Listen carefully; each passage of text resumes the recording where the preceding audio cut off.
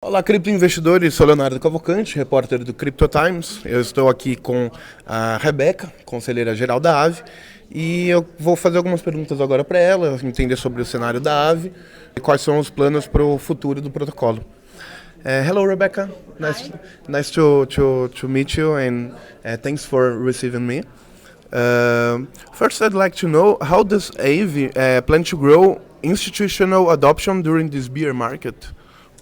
That's a great question. I think there are a couple of different ways that you can really grow institutional adoption in DeFi. The most important way is education. And so we do speak to institutions all the time who are interested in learning about how the technology works, learning how they can get involved, the bridges between TradFi and DeFi. And the second part of it is to give them a safe and secure environment in which to start using the technology, which is what Aave Arc does. It allows institutions to come into a fully KYC'd environment and be able to learn how to supply crypto assets, borrow other crypto assets, watch yield grow, and things like that. So I think those are the two most important ways to ensure that institutional adoption continues to grow during this time period. Okay, thank you.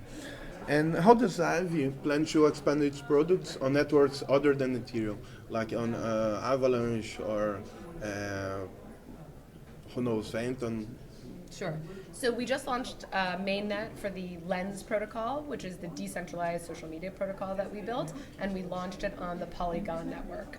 So that was the first deployment. It's not on Ethereum. The Polygon network is very eco-friendly, and that's where Lens lives now. As you may be able to see, and you can see publicly in the governance forum for the Aave protocol, the Aave community has voted to deploy the Aave protocol on a number of different networks. So while Aave v2 started out on Ethereum, it was deployed to Avalanche, as well as to others. And then when Aave v3 was launched, the community voted to deploy it to 7 different chains, including Optimism, Arbitrum, and Phantom, and Harmony, and a number of other chains. So I think both from a community perspective and the traditional DeFi play, the community is building out which chains protocols will live on, and we are certainly aware of and talk to all the different players who have different chains and are always considering where to deploy any of our protocols.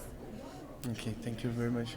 And what to expect from the Aave roadmap in 2022 and 2023, and what are the main points to be addressed? Sure. So the company roadmap is pretty broad. Stani's mission is really to ensure that Web3 is accessible to everybody and to see it continue to grow. So both from the institutional and the retail side, and not just DeFi, but all of Web3. So creator, community, social protocol, all of that. So the roadmap is really to keep shipping. That's definitely Stani's mission, and to building the best, most interesting products out there that will make Web3 accessible to everybody. Okay. And does Aave have plans to expand adoption in Brazil? If yes, how?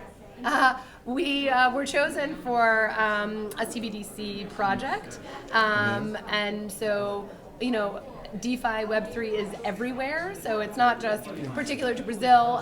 We do have developers all around the world, so Web3 is global, our workforce is global, and that's definitely part of the mission of expanding Web3 to everybody. Okay. And how exactly is Aave Arc preparing for DeFi regulation? That's the final question. Sure. So there are a number of different players in the Aave Arc ecosystem. The Aave companies were the software developers, but we just built the software. As far as who runs it day to day and whether DeFi regulation is necessary, that's something for other actors and players in the space to definitely be thinking about. What I will say is, as a company, the Aave companies thinks actively about DeFi regulation. We engage with policymakers across the globe in the EU, the US, and the UK to make sure that we are involved in helping build out good evergreen regulation for DeFi everywhere in the world. Okay.